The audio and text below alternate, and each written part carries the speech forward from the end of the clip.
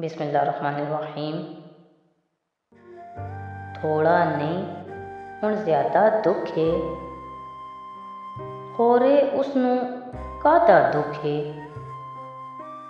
लागे मेरे जद भी बह जाए, दसदा नहीं कि आधा दुख है।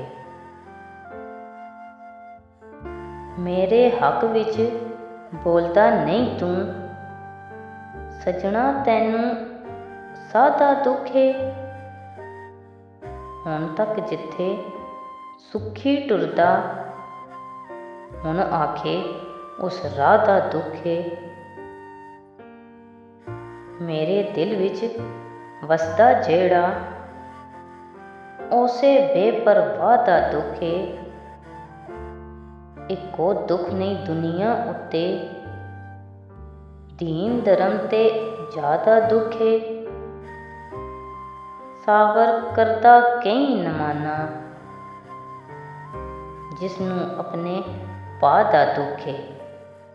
मज़ीद ऐसी वीडियोज़ के लिए हमारे चैनल को सब्सक्राइब करें। बहुत शुक्रिया।